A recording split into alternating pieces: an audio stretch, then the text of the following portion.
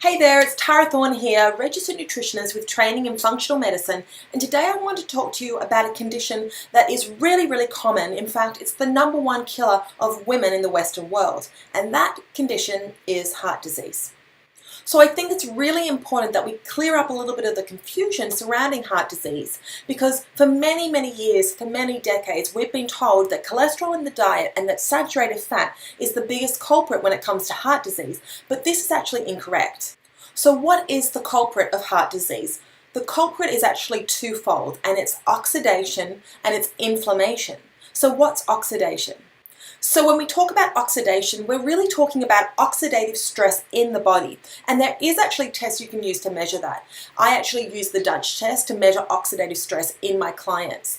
But what causes oxidative stress? Well, it's things like smoking or alcohol or stress or eating the wrong foods. Living a poor lifestyle or eating a poor diet is going to cause oxidative stress in your body.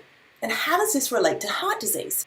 Well, the way in which it relates to heart disease is that it's actually the membranes of our LDL particles that oxidize, and that's what leads to heart disease, not actually the cholesterol that's contained within these LDL particles.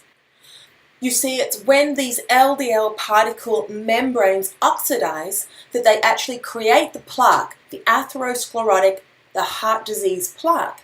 But it's when these membranes rupture that we see a heart attack occur. So it's crucial to reduce your oxidative stress if you want to protect yourself from heart disease. And the way in which we do this is we eat a diet that's really full of antioxidants, is we reduce our stress, we exercise, and we just eat really good, healthy, whole foods, and we reduce the processed foods, and we also reduce vegetable oils. So that brings me to saturated fats. So saturated fats have been demonized for a really long time, but the truth is saturated fats are a lot more stable than vegetable oils are. So when you consume some saturated fat, these actually help to make up the membranes in your body.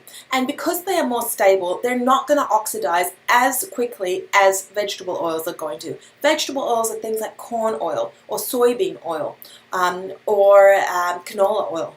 So saturated fat is actually doing you good and is actually your friend when it comes to protecting you from oxidative stress in the body. Now, having said that, you don't want to eat too much, but you can eat it in moderation. There's no concern there. It's actually very heart healthy. Now, the second thing that you want to be aware of when it comes to protecting yourself from heart disease is inflammation. So you can measure inflammation by a test called C-reactive protein, or CRP. And this is a test that your doctor can do for you for free. It's a blood test. It doesn't always give you the full picture, but it's a wonderful starting point. There's another test. It's more of a functional test, so functional practitioners like myself will run this for clients, and it's a fatty acids profile test. So these two tests together can give us a really good look at what's going on with your inflammation.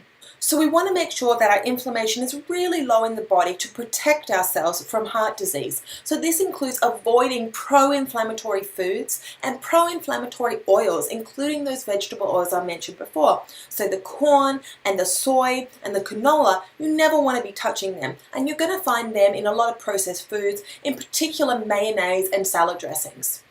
And you want to consume more of the heart-healthy fatty acids. So I talked about saturated fat and how that's heart-healthy in moderation.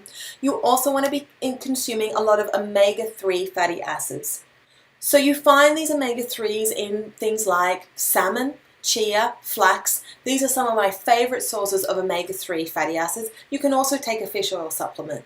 So if your doctor tells you that you have high cholesterol and that you must go on a statin, I do urge you to find a health practitioner who is knowledgeable about heart disease and who is knowledgeable about what's really going on in the body and what really needs to be addressed in order to serve you the best.